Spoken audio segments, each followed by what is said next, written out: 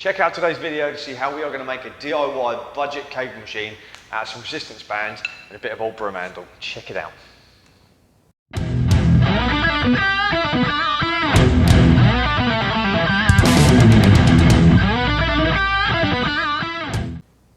Hello guys, welcome back to another video with Frontline Fitness. Hope you're staying well and I hope you are looking after each other. As said, we are going to be using resistance bands to make a cable machine today. The resistance band has pretty much been one of the staple tools of lockdown, and most people have got them knocking around these days. Maybe you can't get to the gym, maybe the cable machine in your gym is being used, or maybe you haven't got a cable machine at the gym you're at. Today I'm over in Netley. We don't have a cable machine here.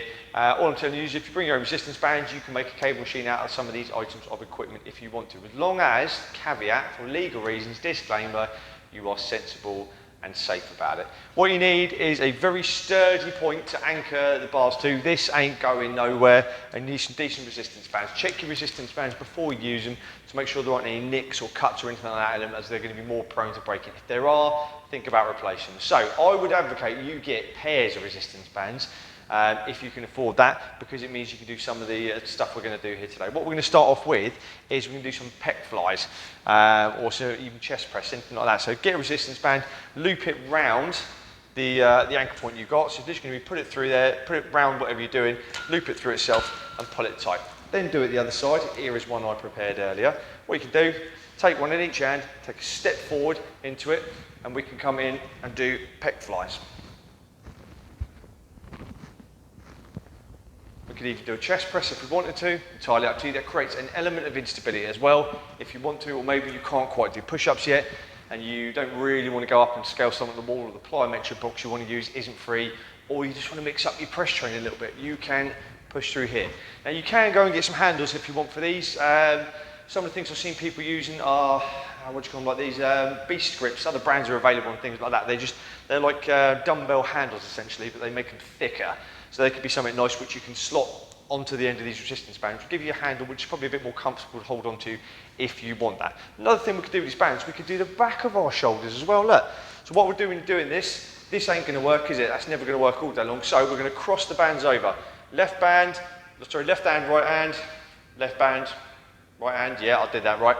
What we're going to do is from this position, we can do flies outwards like that, or if we take a bit of a further step back, we can sit down a bit and we can do banded cable rows.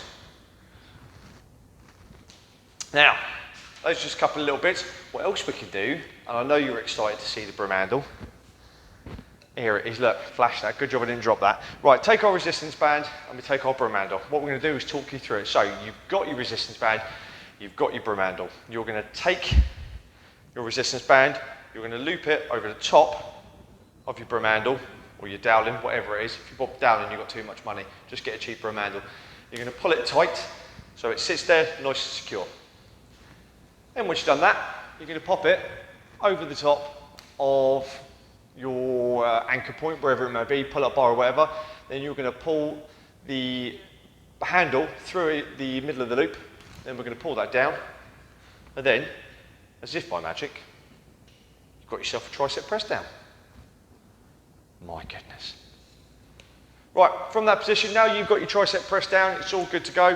What we do, stand feet around about hip to shoulder width apart, tuck our elbows in, and we're going to put our thumbs through the top. You can put them on top if you really want. I personally prefer thumbs there. We've got an opposable grip for a good reason.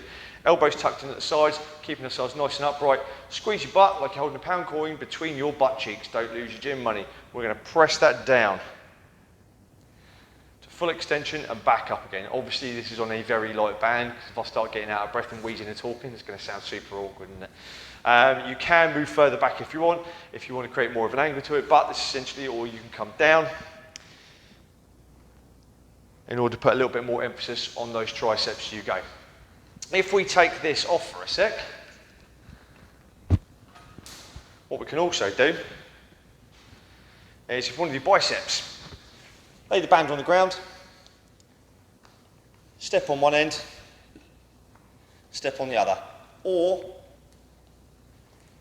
step on the band like this so your feet are above it and there's no way that band is going to ping up and get you in the face. All right? Take your handle, sit it that way so your band's just sitting on top. Now I want you to turn it all the way round once, 360 degrees. That's going to secure that band in place.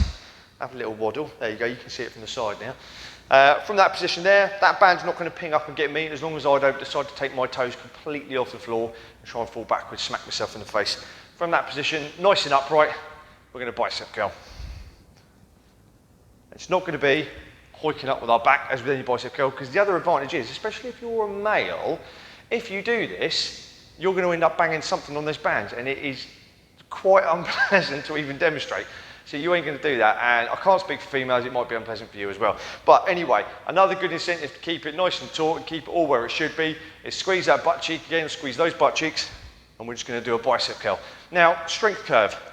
As we come further up the movement, so as our muscles get shorter, it becomes easier for us technically, but the resistance band gets longer, therefore it creates more resistance. So it adapts what's called the strength curve. So you're going to find that you'll find some solid gains even from doing this with a resistance band.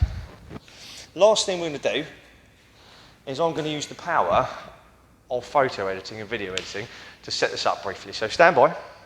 Right, there we go, we're back. It's good this, look, see that, there's a band above me. And I've got an even bigger bit, a broomstick. I've got broomstick money coming out of my ears.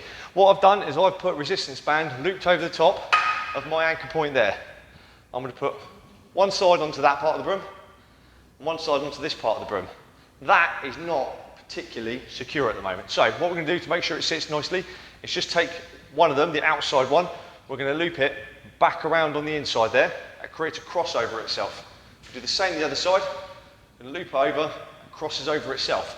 So that rubber is now sticking to itself on that handle. That's not going anywhere. For an added level of security, our hands are going to be on the outside. So this band cannot slip off.